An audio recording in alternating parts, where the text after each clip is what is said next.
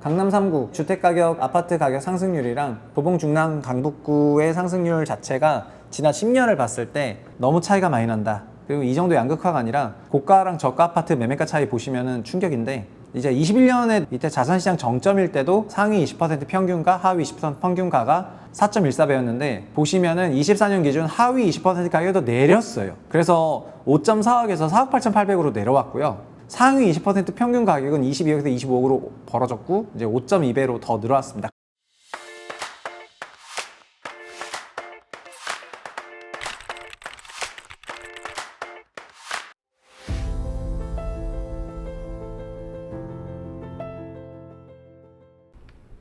안녕하세요, 최우심입니다. 오늘도 찾아온 네이버 프리미엄 컨텐츠 뉴스 읽어주는 시간입니다. 저는 네이버 프리미엄 컨텐츠의 둥지를 틀고 약 2년 정도 생활을 하고 있습니다. 여기에 주요 뉴스라든가 이런 것들을 다 요약해서 올리고 있는데, 오늘도 중요한 뉴스들 몇 개 말씀을 드리겠습니다. 부동산 양극화, 서울도 다 같은 서울이 아니다. 이게 9월 첫 주차 뉴스 될 것 같고요.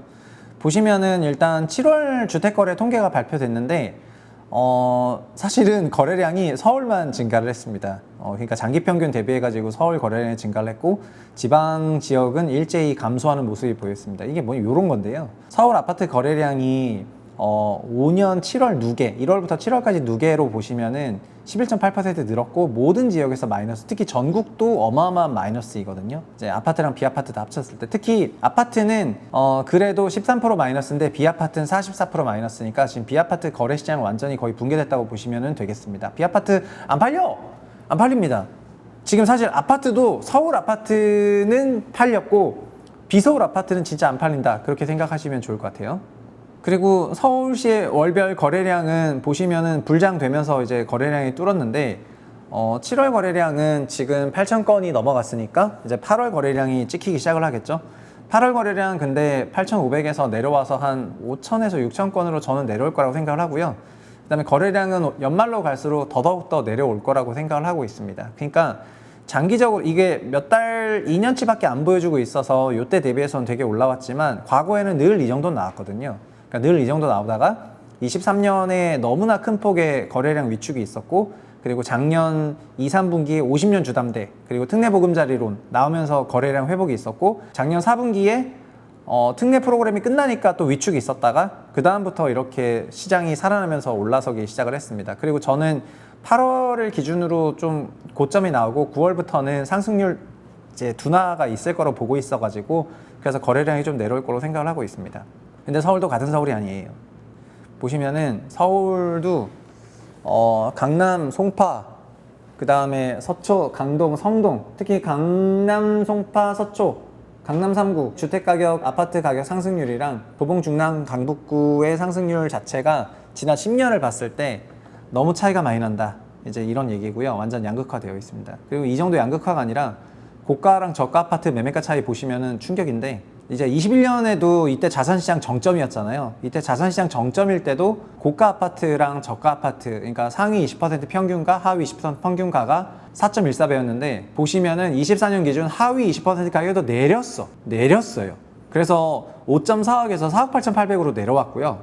상위 20% 평균 가격은 22억에서 25억으로 벌어졌고 이제 5.2배로 더 늘어났습니다. 같은 서울에 4억 8천짜리 아파트랑 25억짜리 아파트가 이제 상위 20%, 하위 20% 같이 있습니다. 이거는 소위 그러니까 초고가 트로피 아파트들이 그냥 달려버리니까 그걸로 평균 가격이 확 올라가가지고 이렇게 벌어진 거다, 그렇게 말씀을 드리겠습니다.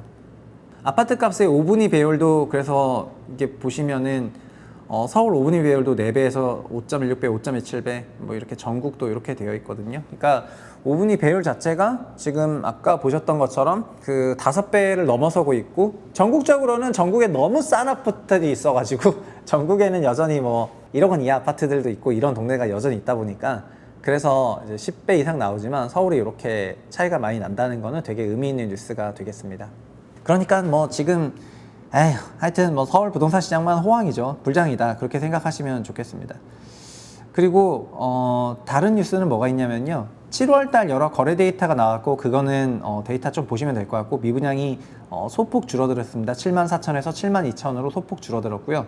근데 미분양이 한번 튀고 나서는 큰 폭의 변화가 없고 지방 미분양이 여전히 쌓여 있거든요. 수도권 미분양은 14,000밖에 안 되고 지방이 57,000인데 이 지방이 거의 줄지를 않고 있습니다. 그리고 아직 분양을 본격화하게 되면은 더 문제가 생길 것 같아서 지방 분양도 많이 위축되어 있는 상태인데 그래서 이게 완전히 회복된 건 아니다, 그런 말씀을 드리겠고요.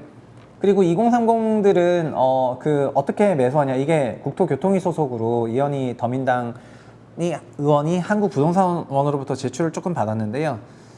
보시면은 20대의 매입 비중이 크게 감소했고 30대는 좀 늘었다, 이렇게 보시면 되겠습니다. 20대가 5.3, 5.6 이렇게 내려왔는데, 저는 요거가 그래서 코인 대박, 그러니까 코인 호황기 때 20대가 주택을 구입하던 거를 제가 많이 봤었어 가지고 그게 여기 있었던 것 같고요. 지금 내려오는 거는 그냥 2022년 5월에 루나 사태 있었고 그런 FTX 있었고 하다 보니까 자연스럽게 내려온 거고, 30대는 어차피 30대는 주택을 처음으로 사기 시작하는 세대잖아요. 사회생활 8년 차부터 집을 사기 시작하니까 그 비중이 계속해서 꾸준히 유지되고 있는 거다, 그렇게 보시면 좋겠습니다. 20대가 집을 산 게 정말 기적 같은 일인데, 뭐 예전에는 대학생들도 막 돈 몇천만 원 모아서 갭 투자한다고 난리였거든요. 20년, 21년에? 네, 뭐 그때가 생각해 보면은 코인 가격도 정점이었고 뭐 그래가지고 20대가 많이 샀던 것 같고, 지금은 많이 내려왔습니다. 원래 대부분의 나라에서는 이 정도 해요. 그리고 2030이 매수를 어디를 많이 했냐, 보시면 이거 30대고 20대인데 23년, 24년 이렇게 보면은 이런 지역들이, 그러니까 2030들이 매수를 많이 한 지역, 30대들은 성동, 송파, 노원, 강서, 강북, 그다음 노원, 강서, 구로, 성북, 송파, 그다음에 여기 노원, 강서, 구로, 도봉, 성북구, 이렇게 주택 가격이 아주 높지 않은 지역을 이제 주택을 취득을 하더라, 이렇게 생각하시면 좋겠습니다. 그러니까 사실은 지금 트로피 아파트들도 주택 거래 많이 된다, 뭐 이런 얘기가 많고, 그다음에 실제 그게 사실이긴 하지만 주택 매매 거래량의 기저를 깔고 있는 거는 이런 주택 가격이 아주 높지 않은 지역에 주택 거래량이 많이 발생을 하는 거거든요. 그래서 그런 수치가 굉장히 많다, 이렇게 말씀을 드리겠고, 근데 여기에 뭐 투자 수요가 엄청 몰리고 이러지 않기 때문에 주택 가격 상승률도 높지 않죠. 저희 예전 벌써 2년 다 돼가는데 현장 다세 영상 노원구에서 찍은 거 한번 가보시면은 그때 어떤 방식으로 막 주택 거래가 이루어졌고, 그 다음에 그 21년 말에 샀다가 어떻게 좀 물렸고 22년 이후에 그게 회복이 안 된 상태니까 이제 그런 것들을 좀 확인하실 수 있지 않을까 싶습니다. 그리고 지금 대출이라든가 이런 부분에 대해서도 얘기들이 되게 많은데, 집값 상승 주범이 디딤돌 대출이다, 이런 내용을 여기에 쭉 정리를 했고요. 그리고 2025년 국토부 예산이 나왔습니다. 올해는 작년보다, 이거는 이제 우리나라 전국 예산안인데 25년 예산안에서 국토부도 58조 예산을 발표를 했죠. 그래서 677조 원으로 올해 대비 한 3% 정도 증가하는 걸로 예산 발표를 했는데, 근데 내년에도 조금 정부가 좀 긴축적으로 나간다, 그렇게 보시면 좋을 것 같습니다. 보면은 어쨌든 이제 교육이랑 그다음에 지방행정, 교육, 국방 이런 쪽에 확실히 큰 돈이 나가고, 그다음에 보건복지, 고용에 250조 정도 가까운 돈이 나가기 때문에 이런 주요 돈들은 여기에 다 있다 생각하시면 좋을 것 같고요. 나머지 돈들은 이제 여기 이렇게 구성이 되어 있으니까 예산은 한번 관심이 있으신 분들은 보시면 좋을 것 같습니다. 문제는 사실 그게 아니고 돈이 안 거친다는 거거든요. 국세 수입이 좀 안 되고 있어가지고 이게 마이너스가 크게 나고 있는데, 이게 문제죠. 앞으로는 더 안 거칠 거 아니에요.